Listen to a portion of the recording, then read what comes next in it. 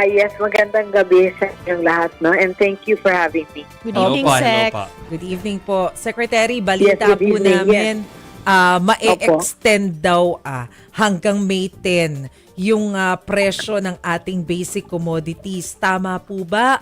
Ano po ba ang napag-usapan ninyo kasama po yung ating mga supermarket owners?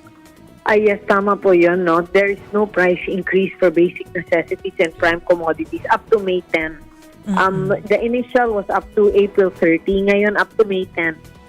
Nag-usap po kami ng mga manufacturers a few days ago, and we've come to an agreement that the no price increase for basic necessities and prime commodities will be up to May 10. Opo. Secretary, buti kinakaya po nung ating manufacturers na wala munang adjustment for now. Gaano po ba kalaki yung impact nitong oil price adjustments dito po sa ating mga basic commodities? Actually, we know or we realize na meron talagang impact, no? But for now, there's no price increase for basic necessities and prime commodities. So, up to May 10. Ilang porsyento po ba, kung meron po tayong hawak na datos, Secretary, yung posibleng effect nito pong oil price adjustment doon po sa ating mga binibenta sa supermarkets? Wala pa po kaming napag-usapan regarding the percentage, no? Because for us, up to this day, ang usapan namin is to really keep the prices stable, especially the prices of basic necessities and prime commodities. Hanggang kailan po kaya ito? So after po ng May 10, Secretary, ano po kaya yung pwede nating asahan? How often po ba yung nagiging assessment natin? Okay. Weekly kami mag-meet. So next week, mag-uusap ulit kami. And then we will update the public once may information na po kami about our meeting with the manufacturers and also with the retailers. Sec, good evening po. Meron po ditong report no, na merong yung mga MSME at yung mga OFW ay pwede pong umutang, no? May available na ganyang support para sa kanila. Baka po meron po kayong mga detalye patungkol po dito para po mas maintindihan at ng mga stakeholders po nito kung paano po ito. Yes, tama po yun. Actually, that is correct, no? We have the OFW Negosyo Fund. So lahat we set aside 2 billion pesos para dito. So lahat ng mga OFWs na gusto magnegosyo or lahat ng OFW na nagnenegosyo na or mga pamilya ng OFW na kailangan ng funding for their business, pwede po silang umutang sa DTI SB Corp. Up to 5 million po, no collateral, and there's a 1-year grace period, meaning no payment of principal and interest for the first year. So sa second year na po sila mag-uumpisa ng bayad. Tapos ano pong minimum na bayad? So first year within the after 1 year nitong pag-avail ng loan, hindi nila kailangan magbayad. So the second year, for 1 whole year. The second year they can pay. So doon na magsa-start. They can pay, doon na magsa-start. But they can pay within 3 to 5 years. Ano lang naman yun, they can just negotiate with SB Corp because SB Corp is a government bank. So talagang dapat flexible po. At saka we make it easy for them rin. Meron po bang, I know this one is for loans, no? Pero ini-imagine ko lang baka merong mga micro businesses din na pa-bankrupt na po. Ano pong pwede pong tulong po na mabigay po sa kanila? Meron po ba silang program? Yes, definitely. We also have the Enterprise Rehabilitation Fund for the micro. Actually, they can loan up to 300,000. Kahit yung mga sari-sari store, pwede rin mag-umutang.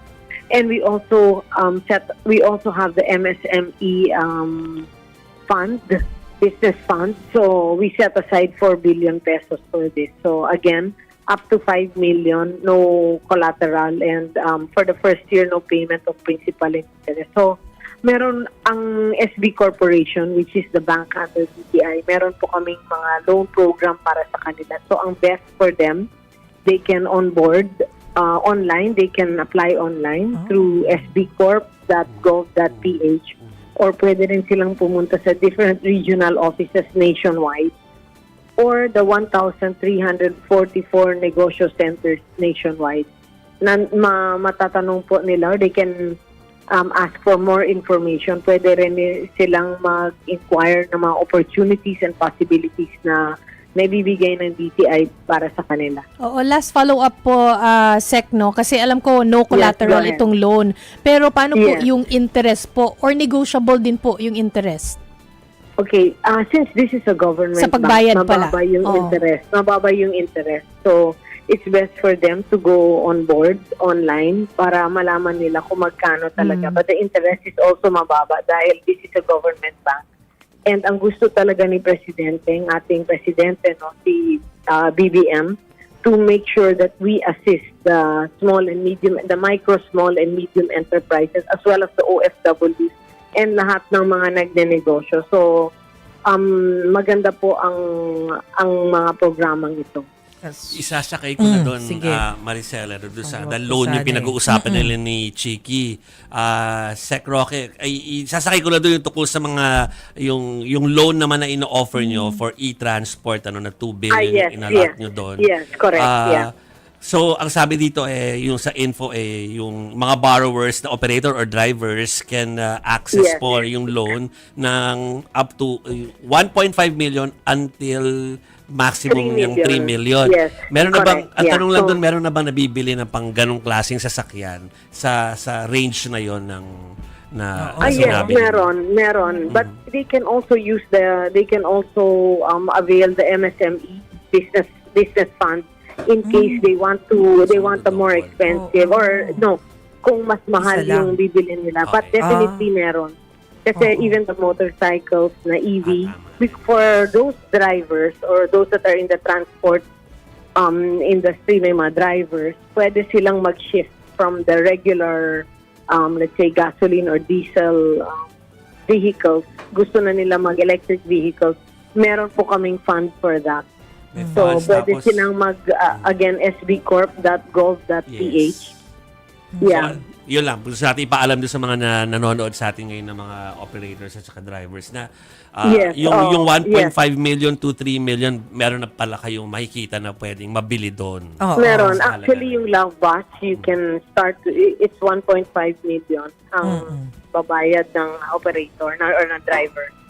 So, there's many opportunities. Ang best, we will be, the funds will be available starting April 21. So, April they can go to, we will update them on a SB more, soon, very soon.